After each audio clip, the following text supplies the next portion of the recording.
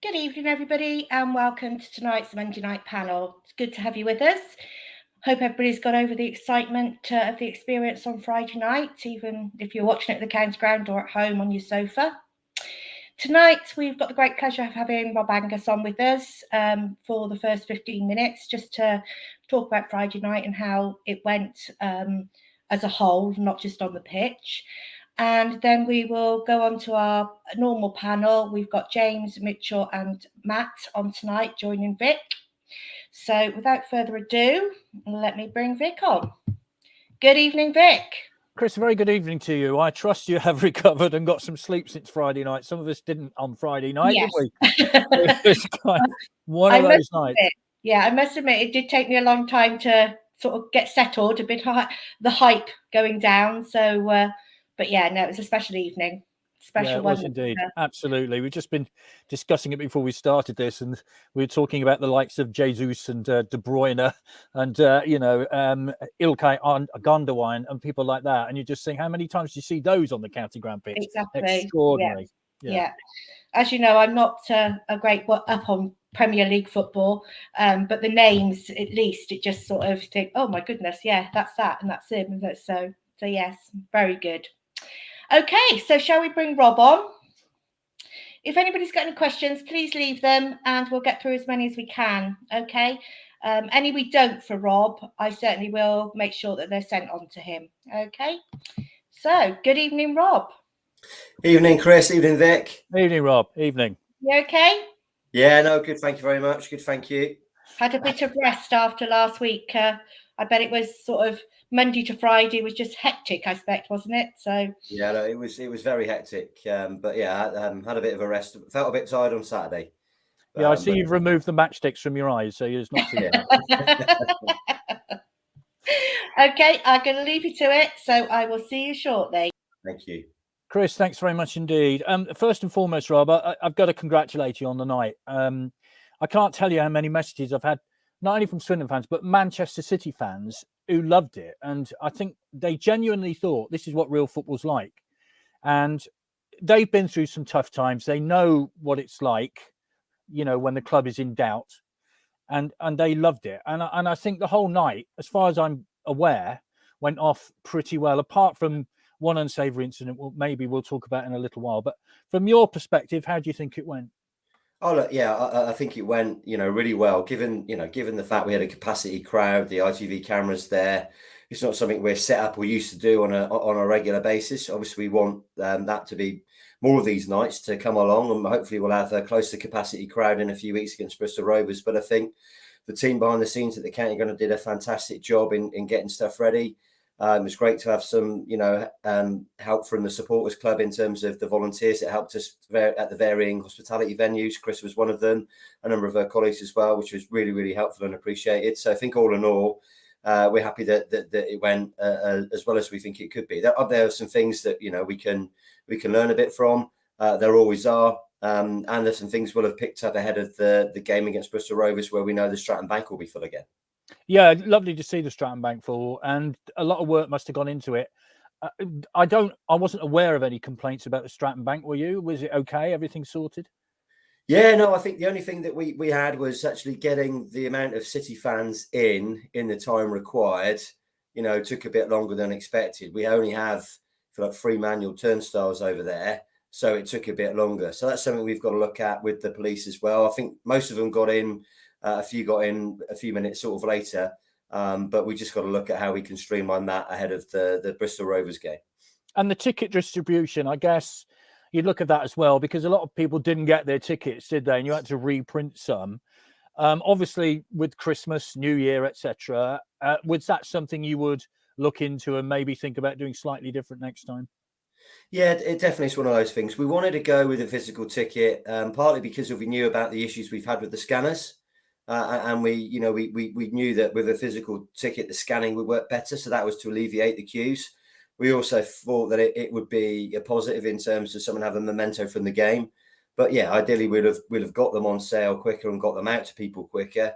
I think we didn't factor in, if you like, the impact on the postal service of the impacts of COVID, which meant that Royal Mail probably wasn't meeting its normal service standards that it would do, because unfortunately, along with everybody else, a lot of people have been short staffed because of the impacts of COVID as it runs through the country.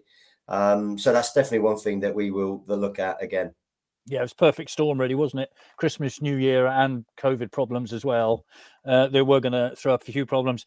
As for other tickets, Mansfield, of course, and Port Vale, are they fully on sale now? Yes, yeah, they're fully on sale. And those that haven't collected their Mansfield tickets, they can get them up at Mansfield. There'll be reprints, etc., available there. You say normally, we'll communicate how and when to do that, either at the Mansfield ticket shop or through SAS Travel and one of the supporters coaches. I think Port Vale tickets will be on sale shortly if they're not already. How difficult was it thinking of other games? Because obviously you do have other games, but that was such a massive occasion on Friday. How difficult was it to think about the matches after that? Oh yeah, quite difficult. Just because of the amount of work needed to sort of get everybody ready, make sure they had their tickets, make sure that obviously the work on the Strand Bank was done, that the rest of the stadium was up to scratch and ready, that we had the appropriate staff, and then of course you're dealing with the requests that you get from ITV and from Sport 5, who were providing the LED advertising boardings, and logistics of also those two companies working together. Which sort of didn't really happen unless Swindon Town sort of sat in the middle between the two of them. So there was quite a lot more for the team to do, and we've got a great staff, with a limited staff, and you can't supplement with knowledge and experience that you need. So you've just got to ask everybody to work that little bit harder, and they really did, and credit to them all. They really worked the socks off for us. Not to mention requests from stations like 5 Live, because I heard you on the way up on Friday as the rain hammered down across the Somerset levels. They were convinced the game was on Saturday evening, which was a little bit off-putting as you're driving up thinking, hang on a minute, I'm sure it's Friday. But there were a lot of requests for you, weren't there? A lot of media interest, for goodness sake, which is great in a way, but adds to the extra pressure that you're under. Yeah, look, I'm quite comfortable doing the media interviews. I'm very happy to do that and answer any questions people have got. For me, I hope it's great exposure for the club and getting our name out there back on the football map. And if we can gain a few extra supporters, or even if you like, when it comes to ITV supporters who might just follow us via iFollow or varying other ways, then I think it's the right thing to do and make ourselves available and add that exposure. It also helps with partners and sponsors who want to come aboard and see that we're a media friendly organisation. If they come on board and partner and sponsor with us, they're going to get some good exposure for their brands and businesses. Okay, got some points that have been brought up. Let's talk about one ugly incident which happened, which came to light, and that's racist abuse of Ashley Cole. It's never acceptable in any place, let alone in a football ground. And I would imagine you're taking that extraordinarily seriously, aren't you? Oh, absolutely, Vic, and fully agree with you. It's just not acceptable in any way. I don't see these people as being Swindon Town fans. They're not going to be welcome back to the county ground or at Swindon Town Football Club. It's got no place in society. So we're working very closely with Wiltshire Police. Obviously, we put the joint statement out on Saturday with regard to the Wiltshire Police investigation, and encouraging fans and anybody else to come forward with information. To the police. We'll be sharing on our CCTV footage, working with ITV to share their footage, and we'll work closely with the police so we can find the people who carried out the abuse and make sure that they don't come back to the county ground. We want to grow the club on the basis of getting families, into the ground, a more diverse fan base, so people with racist views aren't welcome. No, and as a fan, I can tell you racist views aren't welcome. I don't want them associated with my football club. And I know many others feel the same way. So they're in total support of whatever you do, Rob, with that one. I know you mentioned about, this is a question from Craig, and I know you mentioned about Pep Guardiola being invited to the county ground, but Craig perhaps says, what about a pre-season friendly? That'd be rather nice, wouldn't it? Get Man City down. We have asked the question. Have you? Excellent. Yeah, we asked the question, but unfortunately, I think with the shortened pre-season and their commitments already, I imagine that they've got a few overseas tours that they've got to do, given the global nature of the City group now. That one was declined, but they've been very forthcoming on other requests that we've given and asked for, and they were very very good when when they came and stuff like that, and very open, and we had good conversations with them. But unfortunately, we did try, but it's been turned down. fair enough. And of course, there's the World Cup to take into account as well, isn't it? So, Cole Palmer on loan, no chance of that, I don't suppose, is there? Well, yeah, I think Ben Chorley might have tried that with his opposite number. When I get the chance to speak to Danny Wilson, who's the managing director, it's not the same Danny Wilson, by the way. No. I might raise it in jest as well. Yeah, some player. This is a question from James, and regarding Scott Twine. A, has the tribunal taken place? B, what money, Swindon, do they get from that? Yeah, the tribunal has taken place. We're going to disclose it and discuss it in the advisory board tomorrow. But I mean, I'm happy to tell you now that it will be disclosed and shared after the advisory board document. But you know, the way the tribunal is set out is that we've received 150,000 up front. There's another 150,000 due, I think, towards the end of March. We'll get some more money based on appearances and 20% of any sell on. Because I think he's setting it alight, really, isn't he? He's having a Oh, he is. Look, we much rather him to still be at the club, you Yeah. know, and you know that would be the biggest benefit. But we think we've got a fair hearing at the tribunal. Clem's invested, you know, in good lawyers that represented us at that tribunal, and we think they did a decent job.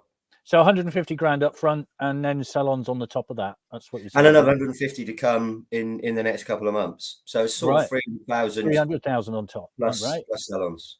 Yeah, well, that's pretty good. Kane Kessler-Hayden, of course, as we know, has gone back, but Ben Garner hinted that possibly when Steven Gerrard's had a look at him, he might decide that he can see the season out. That's the latest, isn't it, with that one? Yes, yeah, and look, we hope that's the case, but that's down to Villa as it stands. Yeah, lovely. Okay, Jojo Wallacott, you might be aware, of course, Ghana were in action today. They lost 1-0, a late goal by Morocco, and he had no chance with it. It was a firm shot to the corner, so he might come back earlier. But you know, overall, your thought on the? Oh, hang on, there are more questions coming in. Bristol Rovers tickets, they on sale now? I don't think they're on sale just yet, but they will be shortly. Again, the team will be working hard to sort of work that through. I know we've set out the allocation that we've given to Bristol Rovers initially, and I'm sure we'll get the Rovers tickets on sale soon. Okay, and will they have the Stratton Bank, says Rich? And when can I buy a season ticket for next season? Because you'll be aware, they're February-ish. Normally, is the time when season tickets come out, don't they? Yeah, it is. I mean, look, Rovers will have the Stratton Bank. Bizarrely, in the rules, they'll need to have the part of the Arkles as well, because in the league you've got to give them a certain percentage of covered seating. In the FA Cup, it's just 15% of the capacity. Why there are different rules to the FA Cup and the league, I don't know, but it is what it is. So we'll see what Rovers can sell, but as we both probably know from experience, I'm sure they'll bring a healthy contingent, and we hope that we've got a packed out home end as well for that game. Should be a cracking atmosphere again.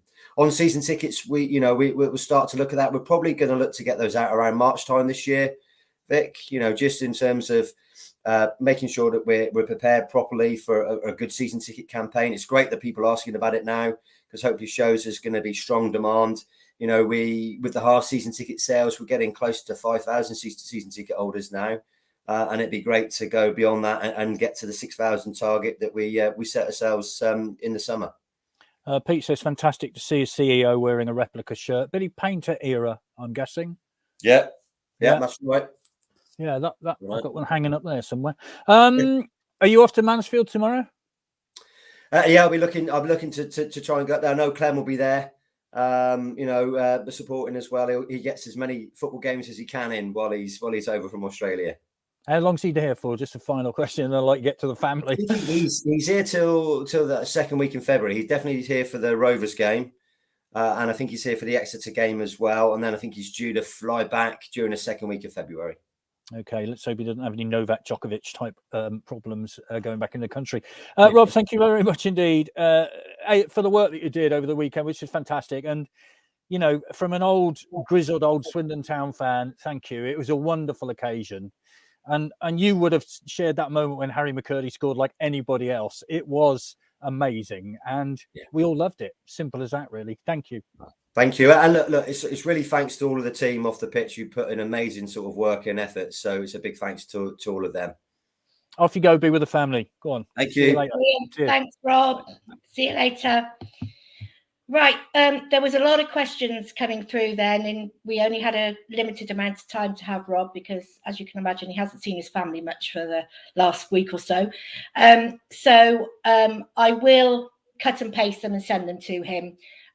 There's some complimentary. There is also some questions that I can divvy out to who I think should be answering it best. So I will do that. Yeah, because I don't think he's responsible for everything. So no. Right, let's get the panel on. Okay, so welcome James, welcome Mitchell, and here's Matt. Good evening. Okay, guys, if you want to ask the questions, please leave them.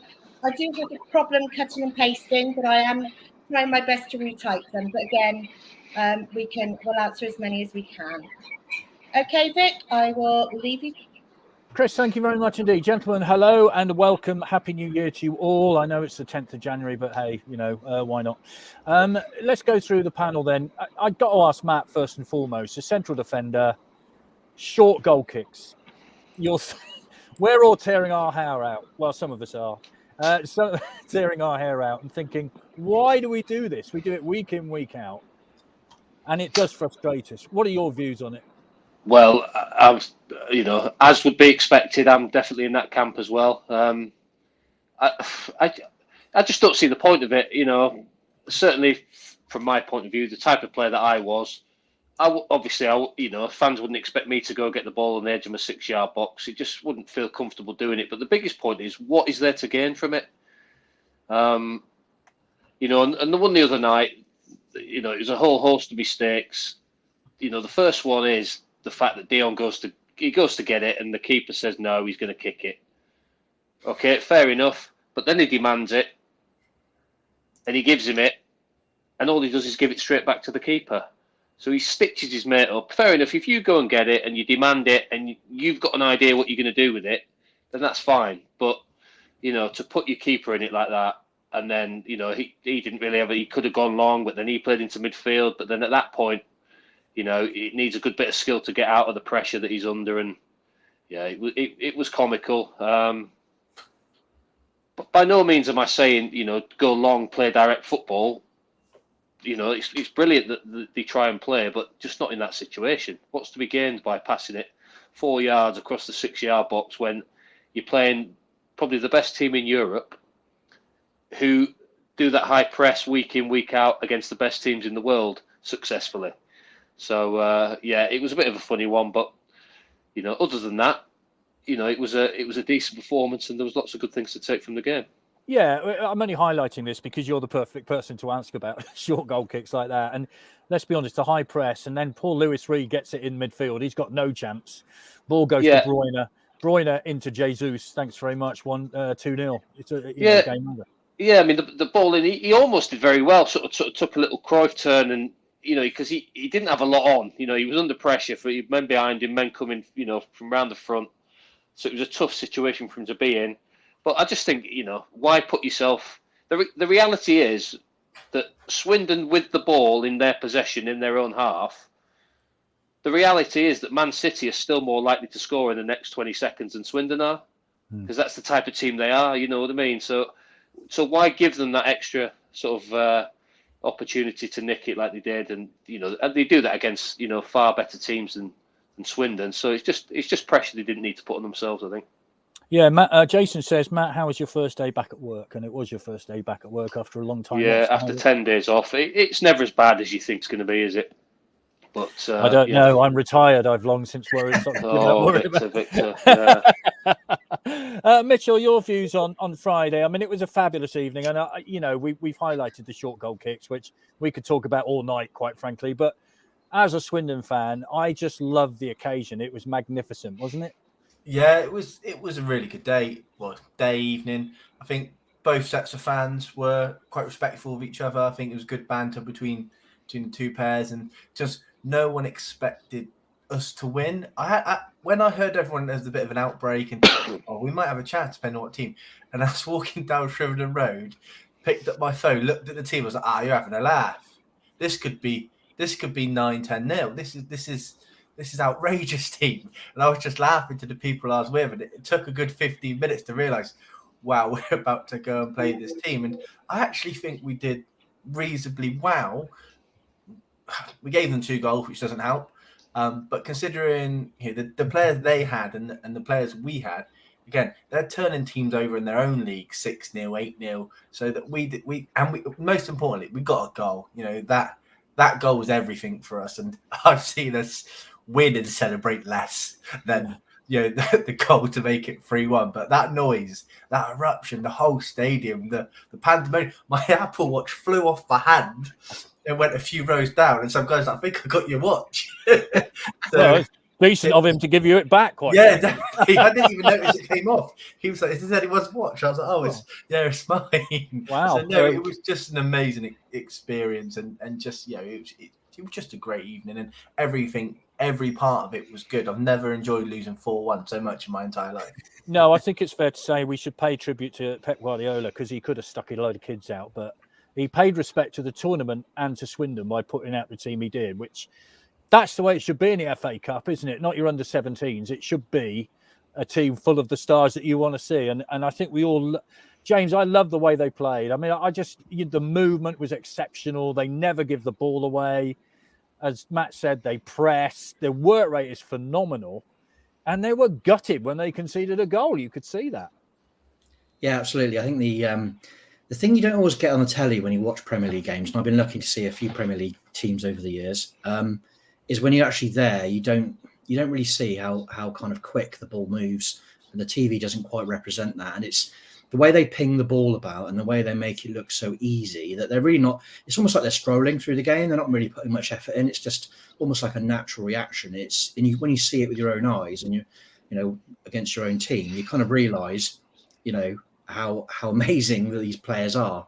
It was a wonderful occasion, and I think Pep is known for always taking the cup competition seriously. I think there were probably a couple of other reasons why we ended up getting such a strong team, and I agree with Mitchell. When I looked at the team, I thought, oh no, I thought, oh dear, this is going to be quite it's going to be a cricket score here if we're not careful. But I think, the fact there were no replays made him probably put out a stronger team. The fact that COVID obviously had brought, several players out, and so he was limited on who he could put in. But I think, fair play to him. He put out a very, very strong team. And yeah, we did pretty well, I think, really. I mean, you can see the golfing class. It's not, it's not on, we're not sugarcoating it by saying that. I think it is amazing golfing class, but we did ourselves justice, and we did ourselves proud. I think the thing for me was we gave them 2 goals, as has already been said. Had we not done that, I think it would have been an amazing performance, but it was still a very good performance. Yeah, can you imagine Gundogan gets the first goal? It had been 0-0 at that point. Then Harry McCurdy equalises.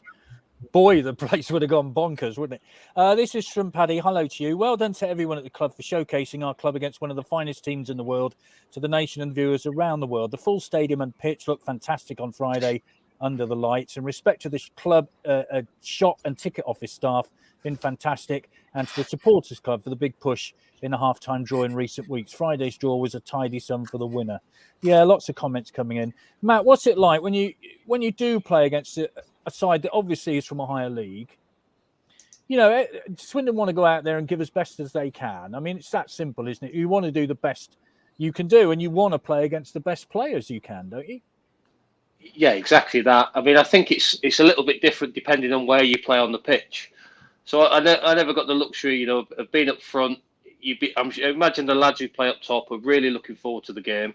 It's a chance for them, maybe to score, go out there, run around, work as hard as they can, put players under pressure. I think as a defender, you're going out there absolutely petrified because you could get ripped to pieces. You know what I mean? It's a different kind of excitement. It's sort of that nerves, but that you could be in for a long night. The players you're playing against, you could get made to look stupid. Whereas I think if you're playing up front, there's a little bit less pressure. But either way, I've played in some games against the top teams, not necessarily in the cup, but even pre-season or friendlies or whatever, and to play against top players, a lot of the time you sort of, you've seen these players on the telly, match of the day and whatever. It's an amazing experience to go through. And then do you get an idea of how?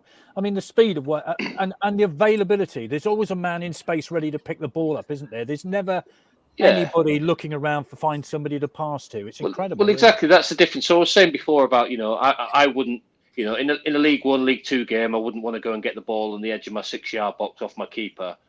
But you could do that if you were stuck in the Man City team, because you'd have the ball there and you'd have 4 people to pass to.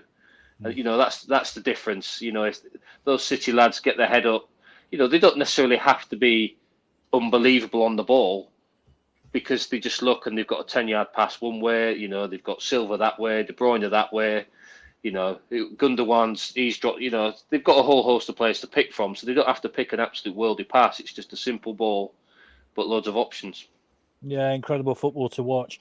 Lee says absolutely chuffed with our lads. To lose 4-1 against a side like that was brilliant. Some teams don't even score against them. And I think that's fair to say, Mitchell, isn't it? You look at some of their recent Premier League scorelines, and like you said, when we all saw that team, we thought, oh my goodness, if we can keep it below double figures, we'll be happy with this. But actually, 4-1, you kind of think, do you know what? That's how it should be, 4-1. They should have won 4-1, really. I'm going to echo a bit what James said. Like, I'm happy with 4-1, but I'm also frustrated with 4-1 because, without those, I could be naive and they could have scored them some other way. But my brain goes, those 2 goals we gave them. Yeah. So it could have been 2-1. Could have been Harry McCurdy scores a lob, at that chance, and it changed the game. So, there were a few things where I was, I'm not going to lie and say that I wasn't screaming at Conroy when he was playing out from the back, even though we conceded 2 goals. He was still playing out from the back. We've been caught. He was still, and you could see the manager completely saying, don't do it. A keeper who didn't feel comfortable, didn't want to do it. And we carried on doing it. That was putting fire. Like, I was raging with that. And there was another player who just seemed to, I would never have played Ben Gladwin in this game. It's a game where you need someone who's going to work hard and press, and that's just not part of his game. He's a luxury player against the lesser teams where he can show his quality. And I've personally felt the same. I would have said the same about Dion. I wouldn't have actually played Dion because he missed the last 2 games and he's better with the ball. And I say Critchlow's probably better at defending. But saying that, I actually think Conroy had a really good game from a defensive point of view on Friday. I think he made some really good headers, some really good tackles. And it was the ball at his feet where he got kind of caught out. So if we potentially went with a different 11 and went with 11 that would have gone, we're not going to play out from the back. We're going to rely on, let's put Critchlow in the midfield. Let's put potentially East in, because we know it isn't going to be Grant. Let's put East in the midfield ahead of Gladwin, because we think there's something wrong with Williams. Maybe that team holds the ball a bit more, isn't as creative, and suddenly we make it a bit more of an awkward game. So that's the part of me where I'm delighted with 4-1 because it could have been 9-0. But at the same time, could we have done something slightly different? Yeah, it's all what ifs and maybes, isn't it? And, I think the thing is we just think that was great. I loved it. And let's go to Mansfield and see some, hopefully not short goal kicks. That would be the main thing about tomorrow. No issue beat Mansfield. Pardon? No issue if we do it against Mansfield. Conroy's good. Yeah, we're good enough to do it against a lowly. Just well, I not don't know. You see, I've been sitting there many times this season going, don't do it, because it's easy to press against, isn't it? And they've changed the rule where you can pass to your own player in the penalty area. And actually, I think it's a daft rule because, I don't know, Matt. I mean, the point is to me, if you play it short inside your own penalty area, you're always inviting pressure on, aren't you?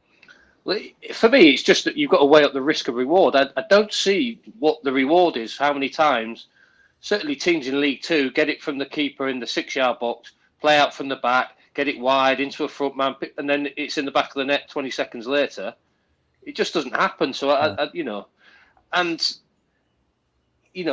good as we said before, as good as City are on the ball, they're the best team without the ball. They've conceded fewer goals and scored more than everyone else in the Premier League. You know what I mean? So it's just a ridiculous thing. I think, the name obviously is familiar, Man City, but they're a better team than Barcelona. They're a better team than Real Madrid.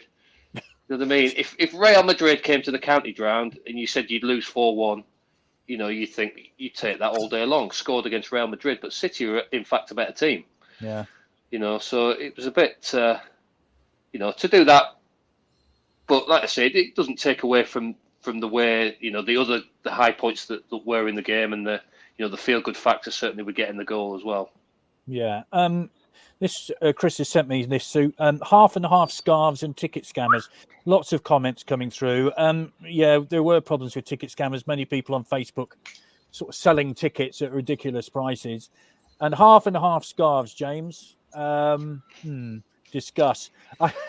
Never in a million years, I think it's fair to say. I understand some kids would like them. I get that, and I don't have a problem with that. But nah, seriously, no, I couldn't do it.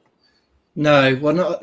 I think you always get them if you go to Wembley, don't you? I think every time we've been to Wembley, you get people kind of selling them. Then I'd possibly be tempted then, but I think, yeah. I mean, I can't remember the last time I've seen one. Some people selling them at the county ground. I mean, and apparently they were in town as well before the game selling them.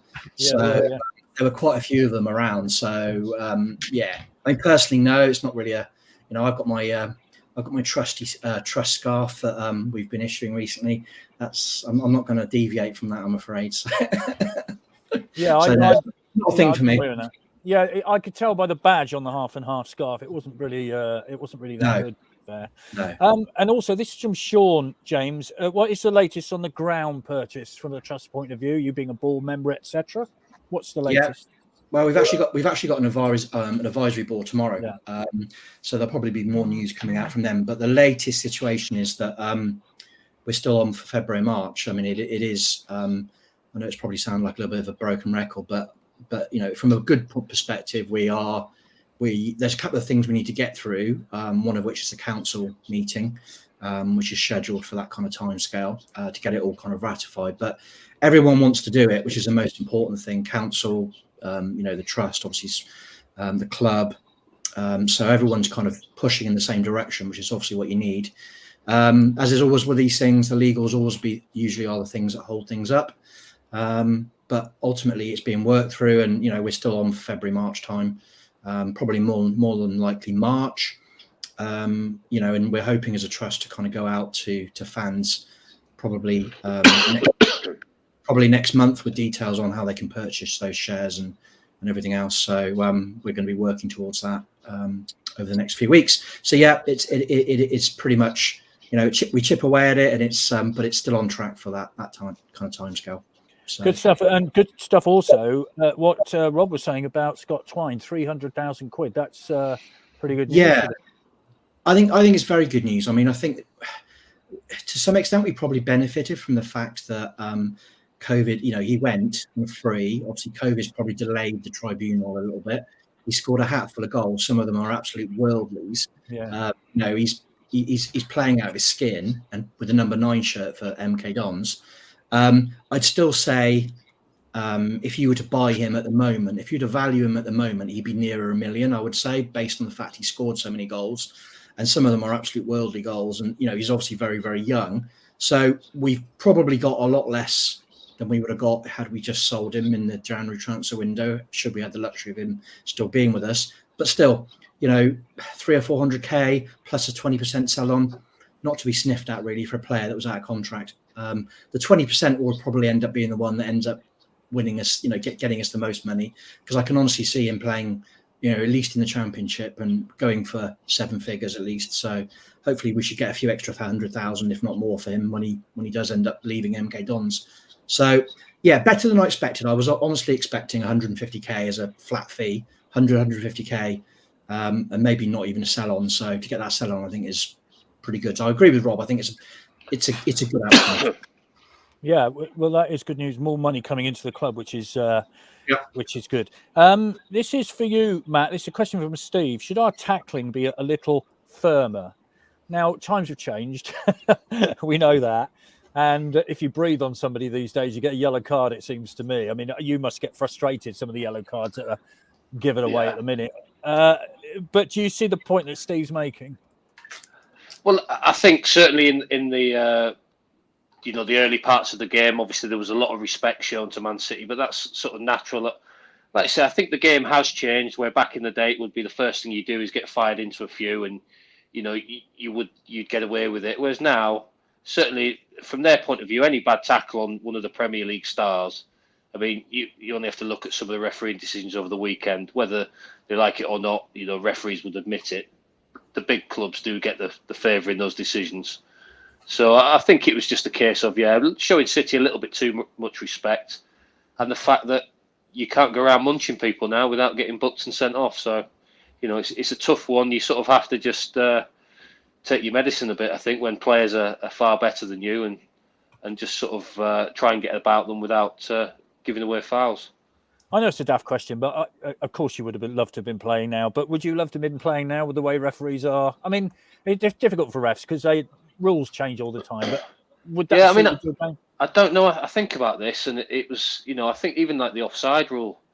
Even when I was playing, it was, you could squeeze up and leave someone in, who was in the vicinity behind you, knowing that the ball went over, they'd be offside. Whereas now, if they don't touch it, or then they're not classed as interfering. And I think defending's become a lot harder. In terms of all for the benefit of entertainment and more goals. I think whether I'd like to be playing now, I'd still like to be playing, of course, but I think it'd be a tougher job. Yeah, and the speed, of course, is incredible at the minute, isn't it? I mean, What, you're saying I didn't have loads of speed, Rick? No. Is that what you're saying? No, I'm not saying that at all. What I'm saying is they do seem to be quicker. The pitches are better. Yeah. The slightest, if you breathe on somebody, they go down now. I know. Well, was it the Aston Villa fella the other day? What was that one? It was the Aston Villa guy, wasn't it? Who were they playing? They were playing Brentford, and he went down as if he'd been. That was so embarrassing. I would have, if that was me, having watched that back, I would want to hold my head in shame. Is that the one that was rolling around about 23 times? That's the one, isn't it? Yeah. Yeah, I mean, as if he'd been smashed in the face. It's like, I mean, like you say, James says, you've got to watch that back as a grown man.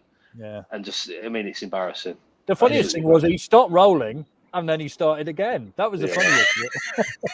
Right, Mitchell, let's discuss KKH because Man United are playing Aston Villa tonight. As we know, he's not even on the bench, says Anthony.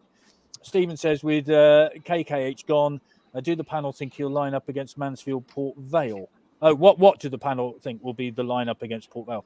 Let's discuss Kane Kessler-Hayden going back. I mean, he did have a cracking game on Friday. He's obviously a great talent. If you're Steven Gerrard, you would be silly not to have a look at him, wouldn't you? Based on if you only seen Friday, you call him back. Even if just to have a look at him. Like most times, we've seen most games, and he is a good player. He's not a great player yet. He's not there. He's missing that experience. Him in the final third isn't great. He'll have one fantastic game, 4 average games, and that's to me, that's just that final decision making in the end. I was sat next to someone the other day and he said, "Oh, he's a really good player." I said, "Yeah, he's notorious when it comes towards the end." And literally on cue, I think someone passed the ball and he kicked it near enough over the town and they said, "Look, that's what he's like." But with him, with the ball at his feet running, terrifies players. But I just think that he did have a really good game on Friday, and you would call him back to have a look at him. But I'm not overly worried, and I mentioned it to a few of the people. Yeah, I'm not overly worried because we've got Rob Hunt who can play right back. We've got AK who can play right back. We've got the new Palace guy who can drop back into centre back. So I'm not, Hunt is a very reliable, solid player. You're always going to get a 7 with Hunt. So I'm not massively concerned. Me and Dan Hunt were chatting. He says we lose that dynamic part without him and that pace, which I agree. But I think we'll get a lot more accurate balls in the box if we move Hunt out there. The point is, of course, he's not on the bench tonight because he's cup tied. He played in the cup on Friday. So, of course, he's not on the bench tonight, obviously. What about that, James? I mean, the point is, he's been in positions in when he's had a chance with a shot on goal, and he got one against Walsall, obviously. But, he's had great chances in the box, but he's not taken them. So, he does need to learn that part of the game, doesn't he? Although primarily, of course, he's a defender. But, that is a part of the game you've got to learn about. Yeah, I struggle with classing him as a defender, if I'm honest, because I think in the early days when he first joined us, I felt he was too lightweight and he got bullied quite frequently by average, by League Two forwards. wingers, etc. I think he's developed that part of his game a little bit better over while he's been with us. But I still don't think he's really a defender, if I'm honest. I think he's more of kind of, you play him on the wing, I think, or in the position we've been playing him ultimately in front of the, front of the kind of the right back, etc. So I think the problem with him is, and I agree with Mitchell on this in the sense that Hunt is actually a much more rounded player than him. His final ball is better than Kessler Hayden's on more often than not.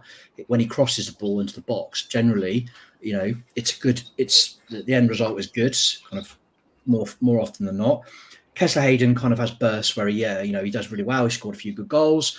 He'll make a good run and either get us a free kick, which obviously we know with some of our specialist ball takers, ball players, we can usually do something quite good with. But I think you've got to bear in mind though, he's very, very young still. He's very, very young still, and he's still developing. He's still a kid, really. Like Simpson, I mean, it's difficult to say that Simpson's a kid because he's so blooming big. But he is. He's so massive, but he is. Yeah. And we've got to bear this in mind sometimes. We're not going to get the full package at Swindon. We're going to need to get raw talent that we're going to develop. And, and I think that's a good thing for us because it will mean, and I saw this mentioned in some of the press from Friday night, high league managers will trust Swindon with their really high quality up and coming players. And that's kind of what we want. The problem is though, is that when they do well and they go back, we're all really disappointed that we've lost one of our better players. But it'll be interesting to see what the formation is next tomorrow night. It will be. Yeah, I think he'll definitely have to play the new guy from Palace, whose name escapes me. Brian. Brian, yeah, and I think he sounds like he's a good player from what I've heard from the Palace fans. But I think we'll probably end up. Hunt will probably end up playing in Kessler Hayden's position, I would have thought. Andy says I'd be more concerned if Simpson was recalled rather than I would. KK. Yeah, absolutely. Yeah, 100%. If Simpson left, really, we really would. We'd really struggle. I think without him. So yeah. What about that, Matt? O'Brien is a 6'3" centre half from Crystal Palace. He's described as a first contact player, which I guess means he likes to tackle. But 6'3" in both boxes, that's always going to be useful, isn't it? And Critchlow also likes to head the ball. I mean, I guess out and out centre halves. That's got to be good news. Yeah, I think so. So I'm assuming the first contact centre half. Back in my day, it was So a first ball centre half, the one that goes and attacks it. Anything in the air, they go and attack it. The other one gets round and just be an old school defender, really. See ball, win ball. Send it back the other way. The reports I've read about him, the Palace fans and certainly think he's a player. He's got good reviews, certainly from their youth team and reserve team. So, fingers crossed. I'd say I'm assuming that he'll slot in tomorrow night and start the game. Yeah, what do you think about Kane Kessler-Hayden? I mean, we've made this point before about Tyrese Simpson, and you made the point really earlier on in the season where, he's got to learn how to deal with. I think you used a description as hairy-assed defenders at the age of 19. He is learning that, isn't he? Yeah. And it seems to me he is actually using that part of his game now. Yeah. So basically, since I made those comments, I think he scored a few goals. His performances have come on in leaps and bounds, and I think that has been noted. And he's becoming a real handful. Yeah, like you say, he's still only a kid. And as for Kane, I think having not watched him that many times this season, for me to watch him in that game the other night, I could play against Man City and have a decent game, and I played well, but it'd all be based on throwing your head in front of things and, an effort and just, a bit of heart and desire. But, he just looked a class act. He was foot on the ball, dragging it about. He was throwing nutmegs in. He was confident. He was, he had a swagger about him. And on the night, I'm just going on the night, if you'd have stuck him in their team, he wouldn't have looked out of place. I'm not saying that that's how he's been all season because, I'm led to believe it's not, but just on the one-off performance, he looked like a class player. One that in a year or two's time, could certainly be a regular, in a Premier League sort of back five, playing right wing back.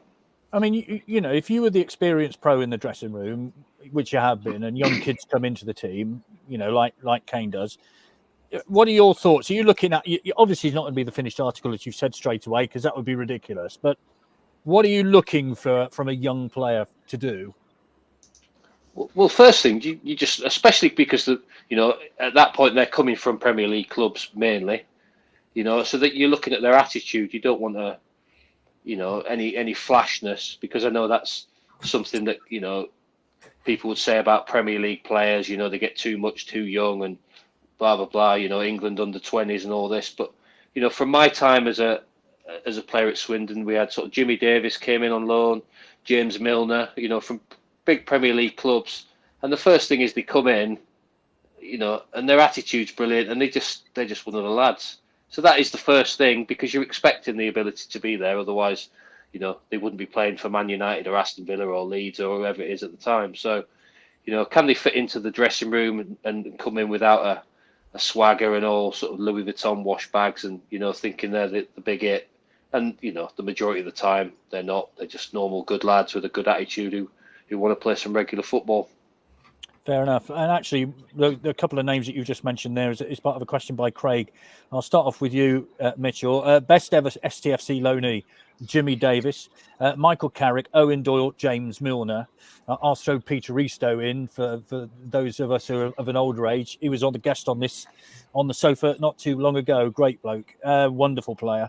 I mean, from your point of view, can you think of the best loan player? Owen Doyle's also mentioned in this list, because of course he was. The one that sticks with me is probably when I first started going. So it was Matty's to get James Milner when he's 16, just scored the Leeds youngest goal scorer. It was a bit of a shock. I think I was 13 at the time. And I was like, I can't believe we just got this player. That one sticks with me, but probably gonna go with Owen Doyle, as in the difference he made in that team. And I know we signed him eventually, but the difference he made in that team was unbelievable, and it was, just the records he was breaking. You knew he was always going to score, but not just the goals he was scoring, the type of person he was. And for me, I'd say between Doyle or Doughty when we first had him, but I'll go with Doyle. Yeah, that I always remember that Exeter game. That was just breathtaking when we'd re-signed him, and the atmosphere was incredible. What about you, James? Ooh, Jimmy Davis. It's Yeah. a very tough one. Jimmy, I would say definitely be up there. Yeah, I would say Doyle probably, to be honest. I have to say I have a real big soft spot for Doyle. I think most fans do, really. So I would say one of those two, really. What about you, Matt? I mean, you're seeing it from a different perspective. You're seeing it from the player's point of view, and I guess it's an impact thing. I mean, Michael Carrick went on to have a fabulous career, and those of us who saw him play for Swindon knew at the time, boy, this is somebody special. Can you sort of name somebody, or is there one that made a particular impression? You've named a couple already, I guess, but yeah, I mean, I would have to say either of those two, really. Obviously, the career James Milner went on to have, or is still having. But even I think he was only 17 when he came to us, maybe 18 just. He was really young. He'd already scored in the Premier League, but just his attitude, he came in, he's just a really humble lad. Could have played anywhere on the pitch, even back then at sort of 17, 18. And then, yes, to still be doing it now at whatever he is, 36, is crazy, really. it's bonkers, isn't it? I mean, he's had a fantastic career. When people sort of, I know he's had this sort of reputation as being a bit boring, but boy, I wish I was that boring. Do you know what I mean? It's what a career. I mean, to go on and do what he's done. Jimmy Davis, of course, sadly, was never able to realise that career. What do you think he might have achieved? I mean, it's hard to say. I think he was a massive success. He was an exciting player. You know what I mean? He got the crowd off their seats when he had the ball at his feet. Obviously went on to Watford. Whether he'd have gone on to be a regular in Man United first team, it would have been tough because the era that he was coming through the ranks there. But he'd have certainly gone on to have a good career and a long career as well. Yeah. Rob says, I'd like to see Matt Smith back under Garner. He was wasted with Sheridan last year. Let's not discuss. And Richard says, Shay Given, immense. I mean, yeah, absolutely. What a goalkeeper he turned out to be, didn't he? So we've had some great line signings over the past few years. And as I said, Peter Risto, an extraordinary player, and we got him permanently. Right, let's turn to the next 2 away games, because we talked about Man City. Wonderful occasion. But the great scheme of things, Mitchell, Mansfield away tomorrow night in 9th place with 32 points. Port Vale in 6th place with 35 points. We're on 37. We could go 3rd tomorrow night if we win. Have you seen Mansfield's form? Yes. It's they had extraordinary. a bad start and they've gone on to win what? Yeah. I think they only just got beat by Middlesbrough in the Cup at the weekend. Yeah. They've won, the last 4? 10 out of 11 or something Sutton ridiculous. Out, yeah. They're in a very, very good run of form. But we like playing away. Teams give us a bit more space to play football. So I never know what to expect when Swindon play ever. They kind of haven't for the last few years. Mansfield on paper we never do what it says on paper. So on paper, they're in really good form. We lost our last away game, not very well. It wasn't a great performance. So on paper, it should be a win for them, but we never follow paper. People come to us with the worst away records in the history of history, and they beat us. And then a team come there with the best away record, and we beat them. So, it's just, their form scares me a bit, but depends what team goes out, depends how we play, depends how many people have got the kind of hangover from Friday, how many injuries we've got. It's a difficult one. I'm going to sit on the fence and say, I'll take a draw. Yeah, I think we'd all take a draw right now. Barrow away. Let's never mention that again. I think it's fair to say. A long, long way on a really horrible day. Yeah, let's not mention that again. James, these are 2 big games. And I mean, I got interviewed by the Swindon Advertiser, don't you know, before the game on Friday. And I said, all right, Friday's great, blah, blah, blah. But really, in the great scheme of things, we ain't going to win the FA Cup. But we want to get out of this league. It's that simple, don't we? Yeah, absolutely. I was reflecting on this the other day, actually, because I do watch a lot of League Two games. I tend to watch a lot of the highlights from the other games and what have you when we're playing. And I honestly don't think there's much in this league that really can scare us on our day. I just think we need to sort our home form out. As Mitch has already said, we're amazing away. We just need to get a bit more consistent at home and actually win some home games. Obviously, the last game against Northampton was an amazing game. Let's try and make sure we do that more often than not, rather than the poor games like against Stevenage and what have you, where we don't do so well. But I honestly think there's not many teams in this division that scare me particularly. I think Forest Green looked a decent team, but they weren't that outstanding. They just had a good start to the season, and they've got a decent haul of points, and probably pretty difficult for any team to kind of catch them. But I honestly think we can go up automatically. I really do. If we do the right thing in this window and we find a couple of we've already brought in a decent centre back by all accounts. Obviously, we haven't seen him play yet. We definitely need more cover for Simpson up front, and obviously now we need to replace Kessler Hayden potentially. So I think if we get a couple of decent other players in those positions, I think we'll be there or thereabouts. I really do. Yeah, let's hope so. And actually, one footnote we should mention with Lewis Ward, of course, that's not the only penalty he saved this season, is it? He did one at Forest Green as well, which is a fantastic save. So Lewis Ward in goal tomorrow, of course. Our new goalkeeper wasn't in the squad on Friday because of COVID, as I understand it, or an uncertain test. Inconclusive test. Inconclusive test, that's right. Yeah. So, Matt, here we are, 2 tough away games. In the dressing room, how are they approaching them? Because, these are decent teams. I saw Mansfield earlier in the season at Exeter. They look pretty awful. And now they've gone on this fantastic run. And Port Vale, as we know, always tricky. How do you approach them? Well, I think the toughest thing is just to get your feet back on the ground and your head back in the game.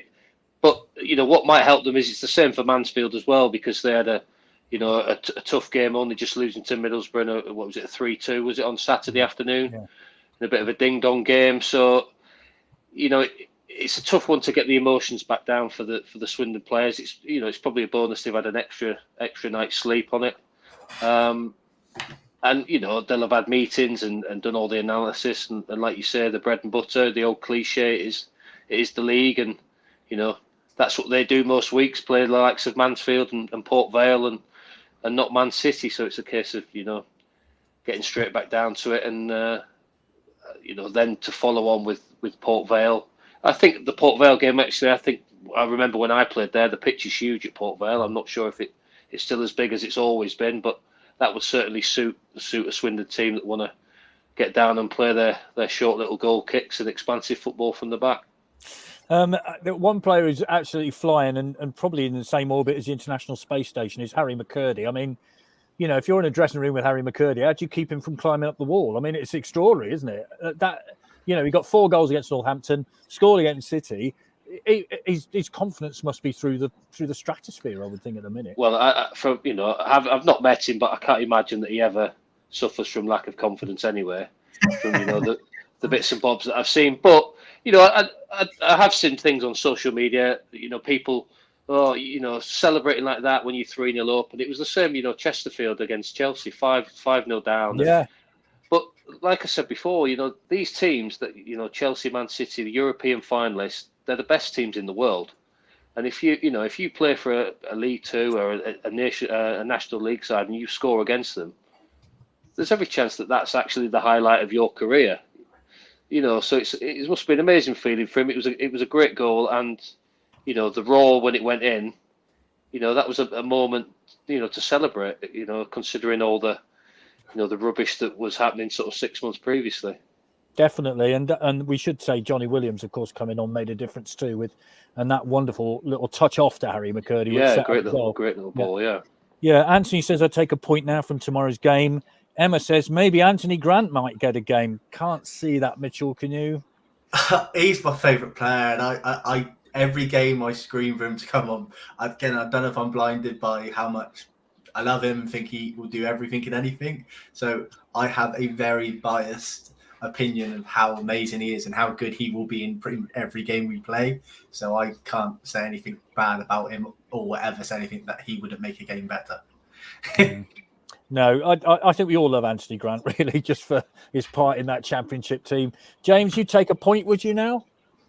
I certainly would. Yeah, I certainly would. I feel more positive about us getting 3 points at Port Vale than certainly Mansfield for obvious reasons with the form that Mansfield are in. But I think, a point tomorrow night would be just nice, I think.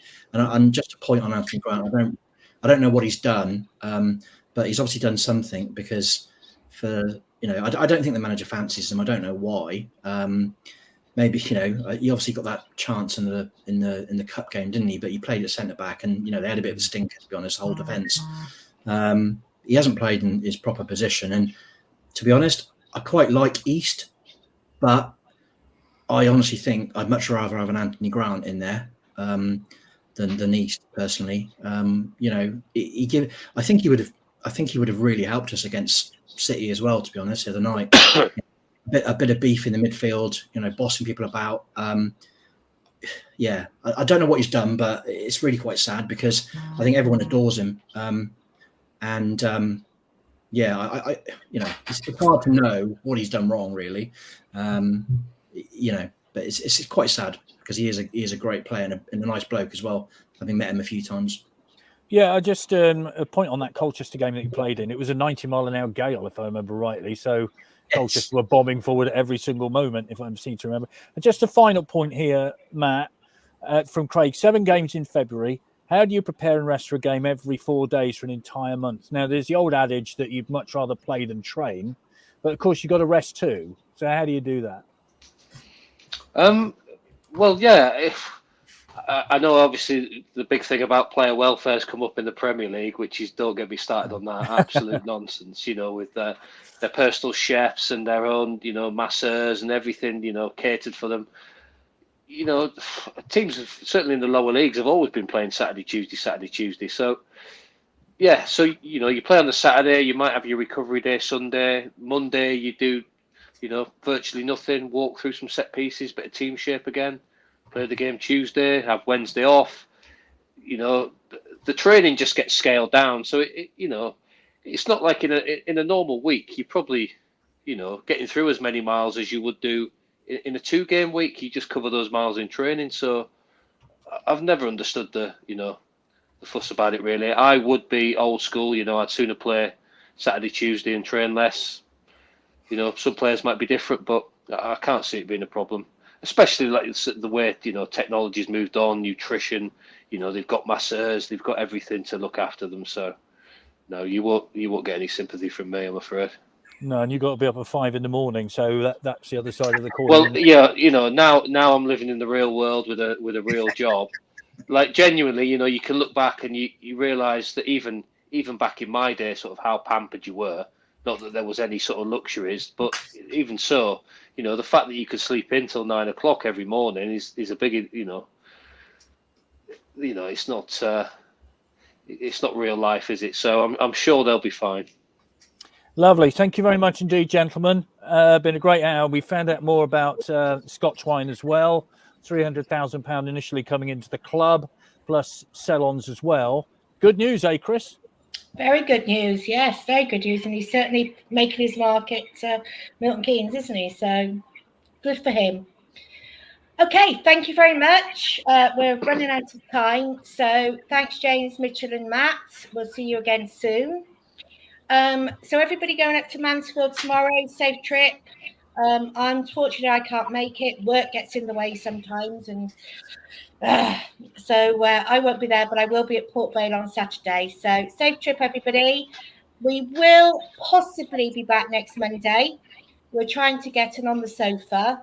But if not, we're definitely back the following Monday with the review of the Rovers game. So have a good week or 2 weeks, if it may be, and take care, everybody. Bye. Bye.